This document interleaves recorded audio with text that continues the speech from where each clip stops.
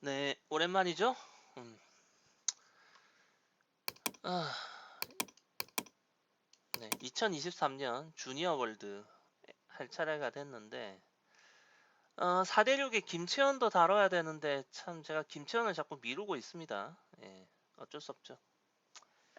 일단 저 신지아 부분에 있어서 먼저 얘기를 해야 될 게, 프로토콜을 보면서 점수 얘기를 좀 하고 갈게요. 점수 얘기를. 자, 먼저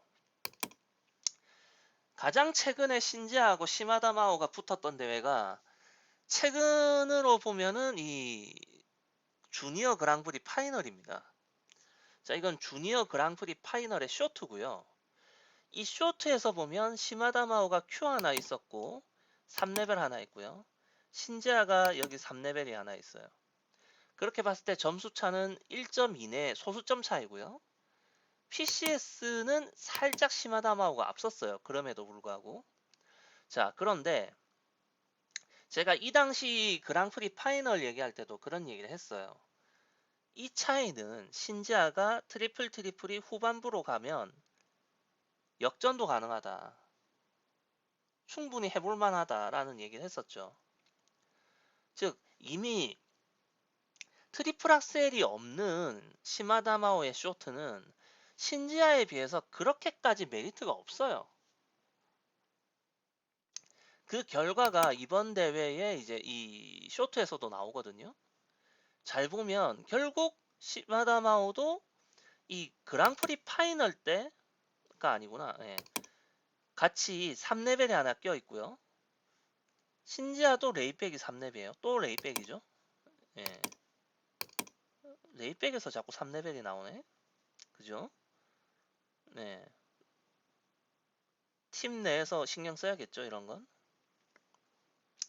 자, 어쨌든 잘 보면 PCS가 역전됐어요. 여기에 Q가 있던 것도 아니고 3렙 하나씩은 마찬가지고. 네. 이건 뭡니까? 트리플 악셀 없는 시마다마오는 신지아한테 앞설 수 있는 요인은 트리플이 후반부라서 그 말고는 없어요. 딱 까놓고 말해서. 그거 말고는 없어요. 진짜로. 잘 보세요. 트리플러츠 트리플토를 똑같이 띄었는데 가산점을 보세요. 신지아가 1.85고 시마다마오는 1.5입니다. 신지아도 그동안 1.5 정도를 받아왔었어요. 근데 이번 대회는 어떻습니까? 시마다마오가 앞에 연기했잖아요. 그죠? 쇼트는. 그런데 뒤에 연기했던 신지아에게 점수를 더 줬죠. 심판들이. 이건 뭐냐라는 겁니다.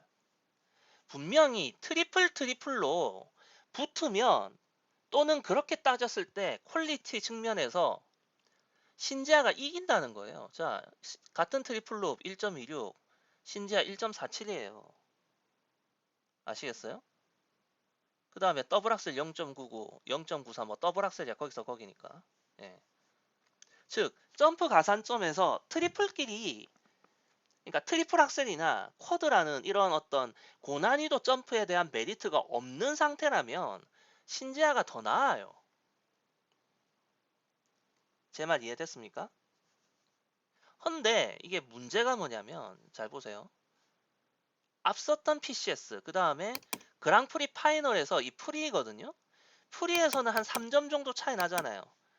한 3.34 정도 차이가 나거든요. 이 차이가 뭐라고 생각해요? 자, 그랑프리 파이널 때 시마다마오는 언더도 있었고 이거는 거의 뭐 넘어지다시피 했던 거고 그 다음에 Q도 있고 감점 요인이 많거든요. 세 가지가 있단 말이에요. 신지아는 하나가 있었고 그런데 그냥 0이었고 그죠? 자, 이렇게 봤을 때 PCS가 이렇게 했어도 3.34가 차이 났어. 시마다마오가 더 이겨요. 이때도 쇼트는 별 차이 없거든. 왜 이런 차이가 벌어질까라는 겁니다. 결국은 이거 두 개 때문에 차이가 나는 거예요. 트리플 악셀, 쿼드 토르. 이런 걸 뛸 수 있는 선수다라는 것만으로도 이런 거에서 메리트를 가지고 들어가는 거예요. 이 현실이. 제가 괜히 신지아가 트리플 악셀에 도전해야 된다라는 말을 그냥 하는 게 아니거든요. 이런 게 있어요. 이런 상황들이. 자, 그리고 이번 대회도 마찬가지입니다. 자, 트리플 1.85고 1.52죠. 프리를 가면 어떻게 되느냐? 트리플러츠 트리플 토가 1.52 거의 그대로예요. 시마다 마오. 신지아 같은 경우는 후반부라고는 하지만 1.43으로 떨어지죠. 참고로 이 프리는 신지아가 앞에 했잖아요. 그럼 신지아의 트리플러츠 트리플 토를 본 다음에도 시마다 마오에게 점수를 더 줬다는 얘기입니다. 이해되셨어요? 그러니까 전반적으로 가산점이 갑자기 차이가 나. 그냥 봐도 트리플 루비 1.16, 트리플 루비 1.16, 트살이 0.37인데 지금 여기 트리플 살코가 없구나. 비교하기가 애매하네. 하여간. 그러니까 가산점 측면에서도 갑자기 시마다마오 쪽에 힘이 실려요. 자, 제가 앞에 얘기했죠. 쇼트에서는 뭐다? 트리플 악셀과 쿼드가 없으니까 같은 트리플끼리 비교해서 가산점에서 신지아가 살짝 더 나은 측면이 있죠. 근데 프리로 오니까 똑같은 선수인데 선수가 바뀐 것도 아닌데 트리플에서도 가산점에서 신지아가 밀려버려요. 프리에서. 이게 왜 생긴다? 예, 트리플 악셀 쿼드토. 요게 있기 때문에. 이게 요즘 피겨판이 더러운 거야. 아, 뭐 요즘만 그런 건 아니에요. 냉정하게. 자, 이게 피겨 판정이 있잖아요. 특정 대회에서 뭐라고 해야 될까? 어떤 특정 기술에 정말 그 기술에 대한 평가만으로 가산점이 이루어진다고 생각하면 오산입니다. 자, 이건 밴쿠버 올림픽 때의 김연아의 프리스케이트예요. 자, 우리에게 김연아에게서 이런 가산점은 굉장히 익숙하죠?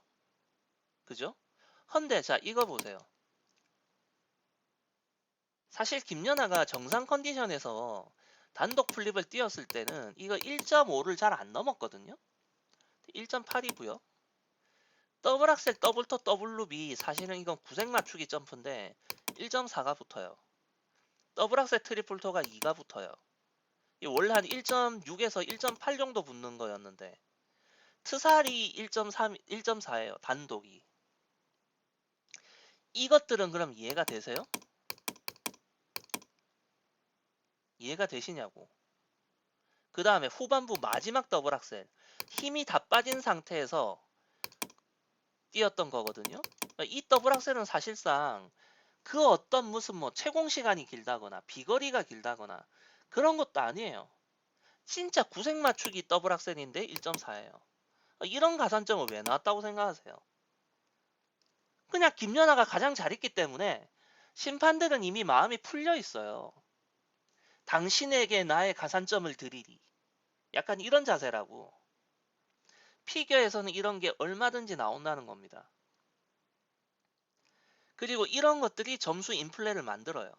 그럼 이거는 김연아나 앞에 소개했던 시마다마오에게만 있었던 게 아니라 그동안 한 시대를 풍미했던 선수들에게는 한두 번씩은 이런 경험이 있어요. 뭐 메데비나 자기토바나 그다음 발리에바나 카밀라 발리에바 말이야. 그런 애들한테는 이런 일이 있거든. 즉 내가 쿼드를 뛰기 때문에 체력 안배를 위해서 트리플을 약화시켜도 가산점은 오히려 더 잘 나올 수 있다라는 이 말 같지도 않은 상황이 벌어진다고요. 이게 피겨에서. 아시겠어요? 자, 여러분들은 이 피겨를 어떤 식으로 즐기는지 잘 모르겠는데 저는 말이죠.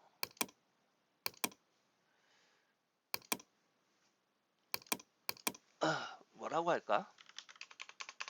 자, 최근에 저는 단순히 선수의 연기를 보고 즐기는 걸로 끝나지가 않아요.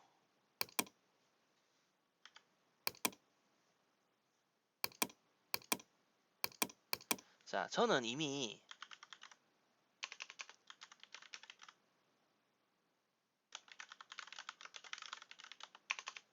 스케이터 육성 계획을 짜면서 피겨를 즐깁니다. 제가 피겨를 즐기는 방식은. 신지아 편에서 자꾸 이상한 얘기하니까 짜증나시나요? 좀 참고 들어봐. 자, 그러면 신지아는 다음번 올림픽에 출전이 가능하죠. 그죠? 그럼 저는 뭐 어떤 계획을 세우냐면, 자, 밀라노인가요? 다음번 올림픽이? 나 정확한 건 몰라. 나 이런 거는 약하거든. 자, 올림픽까지 계획인데 플랜 A, 그 다음에 플랜 B가 있겠죠. 자, 그럼 플랜 A는 뭐냐? 하막셀, 사토르, 3회전 체력 안배용 3회전들입니다. 그 다음 플랜 B는 뭐냐? 3회전 강화 플랜. 이렇게 나눌 수 있어요. 이건 제가 신지아를 생각하면서 짠 거거든요. 물론 이렇게 단순하게 얘기할 수는 없죠. 이 안에 굉장히 복잡한 계획들이 있단 말이야. 자, 그랬을 때 일단 트리플 악셀을 시도하고 그 다음에 쿼드 토르까지 순조롭게 됐다고 전제한다면 나머지 3회전들은요 오히려 지금보다 퀄리티를 떨어뜨려야 돼요. 그러니까 점프 높이를 낮춰야 된다고. 그러니까 3회전에 소모되는 체력 소모를 줄여야 돼요. 그래야지 트리플 악셀하고 쿼드 토르를 뛰면서 클린이 가능하거든. 무슨 말인지 알겠어요? 근데 반대로 트리플 악셀도 안 됐고 쿼드 토르도 안 됐다. 그러면 이 기존의 3회전 점프들을 가산점을 더 끌어낼 수 있는 강화 계획으로 가야 되죠. 강화 프로그램. 그러기 위해서는 뭐 트랜지션을 보강한다든지 또는 점프의 스케일을 더 키울 수 있는 또는 프로그램을 좀 더 타이트하게 프로그램의 구성이나 흐름을 좀 더 빠르게 스피디하게 간다든지 반대로 이쪽이면 프로그램의 스피드를 조금은 느리게 하는 것도 방법이에요. 체력 안배를 위해서. 즉, 이 단순하게 이렇게 적었지만 이 안에 있는 세부적인 내용은 굉장히 길어요. 그걸 다 말할 수는 없어.